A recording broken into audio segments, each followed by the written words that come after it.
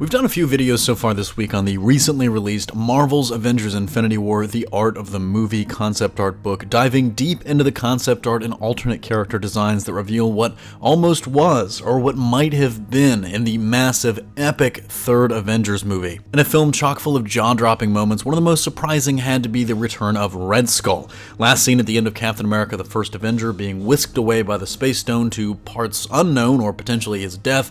We found him alive on the planet Vormir, now the keeper of a very different Infinity Stone, Soul. Already in that film, he was looking very different than the last time we saw him. Gone was the impeccably clean, scot-free, all-black Hydra uniform. In its place, the clearly much older, worn, and haggard Johann Schmidt wore simple black robes. But that appearance was almost very, very different and very, very horrifying. Many of the concept art pieces for Red Skull in the film make major changes to the character. Specifically, there's one that stands out as they blind him.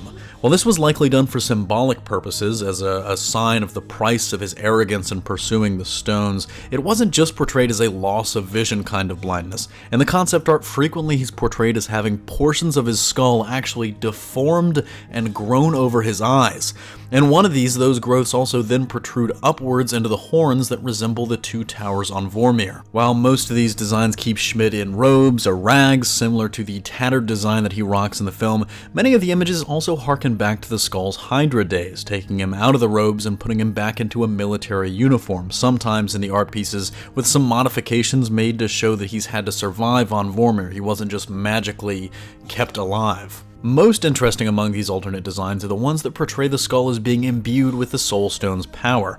Many of them show him in an otherworldly yellow hue, sometimes with energy rippling off his body, or sometimes even looking like an apparition, a spirit trapped within the stone, appearing and acting as its mouthpiece whenever someone comes knocking. But the one thing most of these designs have in common is that the concept artist clearly enjoyed playing up the horror idea of the Red Skull being alive after all of these years. Many of them have him looking emaciated, ghoulish, even skeletal, no pun intended. Clearly it was designed to impress on the audience the terrible toll the stones would exact upon seekers that weren't worthy. But I want to hear from you guys. Let me know in the comment section down below what you make of these alternate designs. Would you have preferred some of these over what we got, or are you happy with what we got versus what you see here in the art book? Honestly, I think all of these are very cool.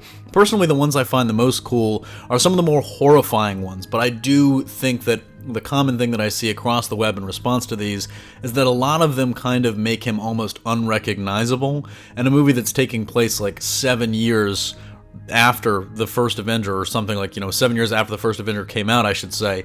I think recognizability for the Red Skull was definitely a priority for the MCU, even though they did make him look decidedly different. That's going to do it for me here, though. Thanks for watching. Don't forget to smash that like if you like what you saw, subscribe for more great content every single day, and consider turning on your notifications to be alerted every time we upload a new video. Signing off, this is CJ, and I'll see you next time.